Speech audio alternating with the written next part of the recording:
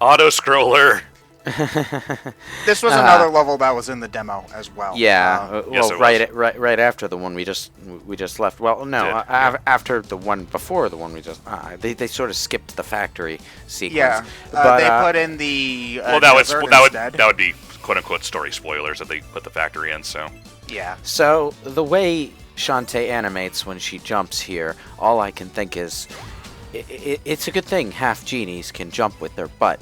Because there's no actual jump to her jumping. Magical propulsion. And I realize she works them hips a lot. So. Well, I realize that this is not a unique thing to Shantae. Like Mario and Sonic have the same deal when they jump off of the slide, but Shantae here has just so much more animation to her animations that I sort of expect to see that kind of detail in here somewhere, and I don't, and it sticks out. That aside, though, like I just want to say, Shantae is beautifully animated. Everything in this game is beautifully animated. I love modern 2D sprites because we finally gotten to the point where you really can feel like you're playing a Disney movie at points. Yeah. And Cuphead, anyone? Cuphead. Way Forward has that way of animating where they know the key principle of if it can move, it should always be moving. Some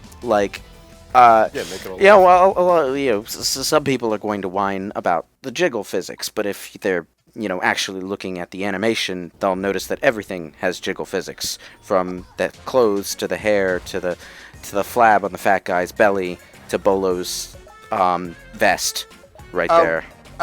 Ryan, side note, I noticed that you moved to the left to not save. It is actually faster to save in this than to not save, because if you just keep on pressing the button, Shantae will almost continuously that is for recording purposes. Oh, okay. All right, I understand now. So anyway, you're right. And I wish more games tried to animate like this, because off the top of my head, the only games I can think of that try to go for a look similar to this are the Rayman Origins and Legends, DuckTales Remastered, Cuphead, and Wario Land Shake It for the Wii, which I haven't played, but it goes for very similar.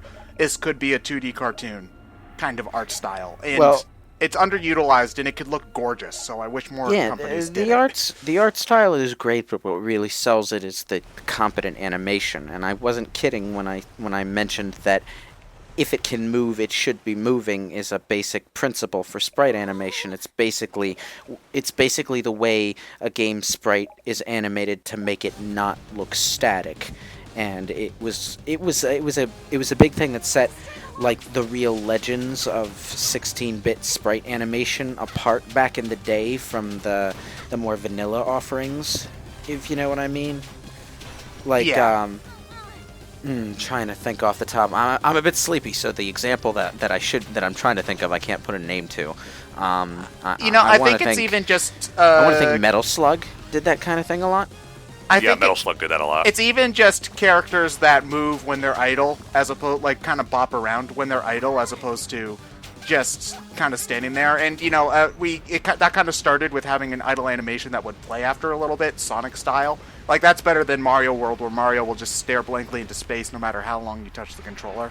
But I think it's once characters started kind of like breathing or whatever while they were standing still, regardless of whether they had an extra Y-Star, I think, is a good example of that as well, which is also Sega Genesis. I'm trying to think of a good Super Nintendo example, but it's all I'm having a little bit of trouble with that.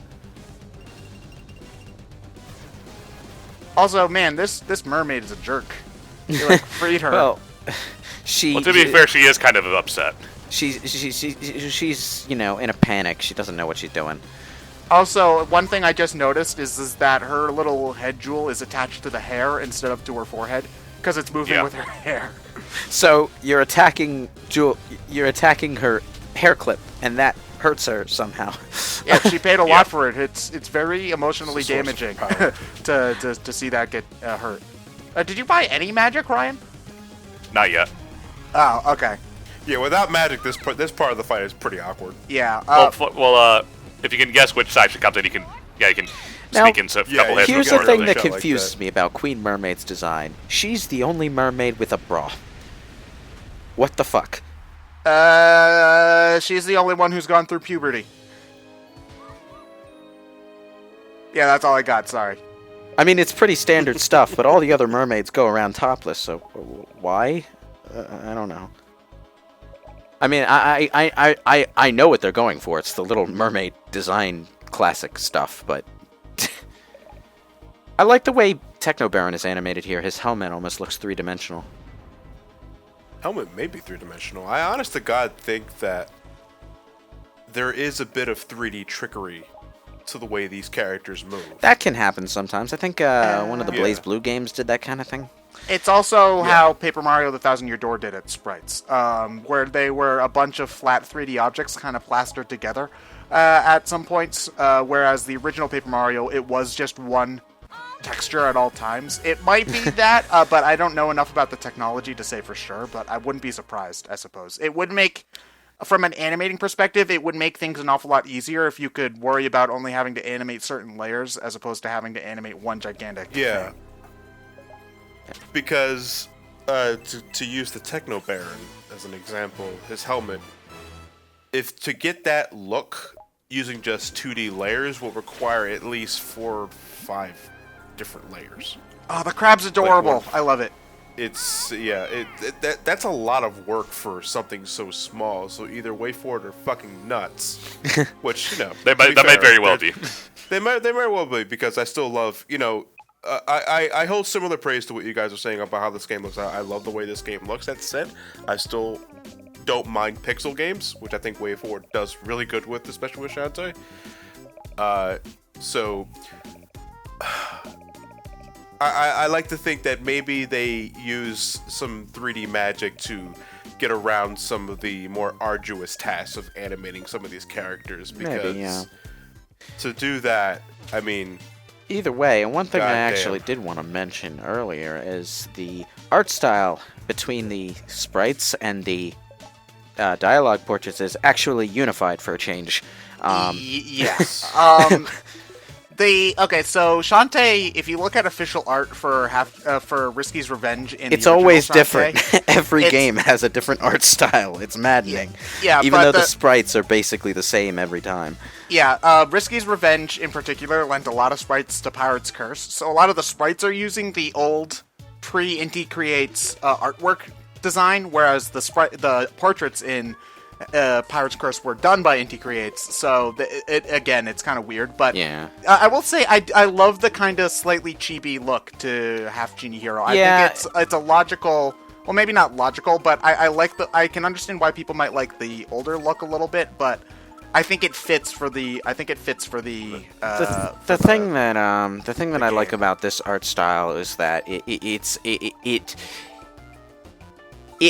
strikes a balance between the cuteness aspect of the Shantae world and the cheesecake aspect of it, whereas the portrait artwork style from Pirate's Curse just kind of hammered in the cheesecake, and the cuteness was entirely on the sprites.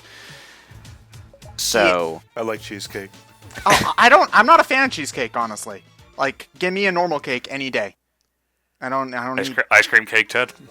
You heathen. I need to be in the right mood for ice cream cake, Ryan. Most of the time I prefer ice cream to the side of my cake, but I can go for a good ice cream cake every now and then. I just know someone in the comments is either already posted or is halfway through posting an angry comment, getting on my case for whining again. I am talking about balance, visual balance. There is cheesecake in this game. In spades, it is everywhere, but it's unified with the rest of the visual style, much like the sprites are unified with the 3D backgrounds, and that is something that I appreciate. There is not one thing in this game that I have seen so far that looks out of place or at odds with anything else on screen, and that is a wonderful feeling in one of these Kickstarter games. Yeah, that's true. There's nothing that looks weird unless it... Well, the entire game is weird, obviously. But there's nothing that looks... out of place. Out of place, or... it's all cohesive. Nothing looks jarring. Yeah. Or nothing looks like it doesn't quite belong, which is the impression that I got when Pirate's Curse switched to an admittedly very excellent art style and then pasted it over top of the sprite work from the previous game, and it wasn't. It was like seeing two different versions of Shantae on screen at a time. Yeah, because they do have artwork of the original, of kind of something closer to the original art style of Pirate's Curse. Actually, I think there's a really good piece that I believe was used for one of the last covers of Nintendo Power, where like Shantae's hanging off the mast of a pirate boat or something.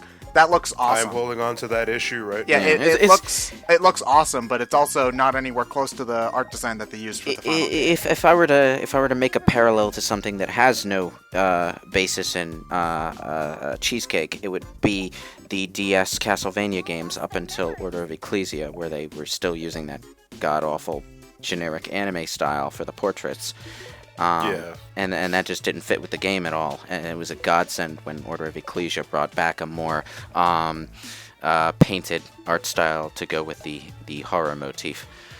Well, I think the generic anime-esque art style was just them trying to harken back to Rondo of Blood, which used a similar, somewhat, if not even more generic. Somewhat, although I'm also inclined to think it was another step in their mad quest to make Castlevania more palatable to Japanese audiences, which began with the weird move of the castle to an eclipse above Japan.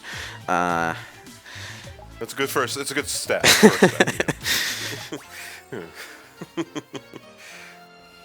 I think we're about to. I wanted to bring this up in part one, but what you guys think of the soundtrack? Excellent. First one thing I wanted to. I was keeping an ear out for was how good the soundtrack was going to be, because I absolutely adored Pirate's Curse OST. It's good, but I would say that Pirate's Curse has the better soundtrack on the whole. This is much more. This goes for a lot more of kind of techno and rave styled music, which just isn't my personal taste. So I could see someone liking this one more. I unfortunately have a slightly harder time remembering a lot of the tracks in Half-Genie Hero than Pirate's Curse. But then again, I've also only played through this game once, so maybe it'll take a little bit of time for some of these to really click with me. Yeah, a lot of melodies did stick. I'm of a similar mindset where I guess the way they're composed is different, but the riffs are the melodies are just as catchy, I would say. But Jake Kaufman has a lot more toys to work with this time. Yeah. Well, I would say he had those toys to work with, starting with Pirate's Curse. Well, it's a little different when you're designing sound for a handheld system versus. I think the 3DS could probably play this, the but 3DS can, I think it's not quite the same thing. I think it also would be a little bit more jarring with the sprite animation to have something that feels like I would say the only difference between playing it on the 3DS and say on a console is just compression. Because remember, Kid Icarus Uprising had an orchestral soundtrack. Oh yeah, fucking Etrian Odyssey has an orchestral soundtrack, and if Atlas in its niche Dungeon Crawler series can get a full orchestra, then I don't know why Pokemon can't get real instruments for its soundtrack. I should clarify, because a lot of people were bringing this up in Star Fox. When I say full orchestra, I mostly mean get real instruments. Like, not cheap MIDIs, please. It doesn't have to be orchestral soundtracks, because not every game fits with an orchestra. I want real ukuleles. But, real ukuleles, real instruments. Or at least better quality synth than what they had in Sun and Moon, because that game soundtrack is okay, but a lot of it sounds very cheap. So, yeah. Oh my god, I love... The series seems to be really slow on the uptake when it comes to technology in general, and I'm not surprised that still reflects in its music. Yeah. Oh man, I love the crab. I honestly... there are some power-ups that do feel redundant, but I honestly don't mind having both the crab and the mermaid in this, because it allows you to explore water areas on two different levels, which I don't mind, personally. I disagree. I don't find the point of the crab if we have the mermaid returning from Risky's Revenge doing pretty much the same thing she did. Well, it allows you to go into the water earlier, I think, is the big thing. Because other than that, you don't get the mermaid until really late in the game, and honestly, I think it's an optional power-up. So if you you need it. No, you need it to beat. Oh yeah, you're right. Sorry, I'm thinking of something else. But if you don't, but basically, you don't get the mermaid until more than halfway through the game, and that's a long way to go without being able to do anything under the water at all. So I think having kind of 2 layers of exploration to that works just fine. It's kind of like the monkey of the water, and then we get the harpy of the water with the mermaid, if that makes sense. So, yeah. You again. I mean, I see what they were going for. I mean, if land transformations can have more than one variation, I mean, because once you get the harpy, you don't need anything else. That pretty much renders every other land-based transformation, except for the elephant, moot. So I guess they were just trying to do something similar for underwater transportation. It just feels... The underwater level design inherently, I don't think, is as expansive as land.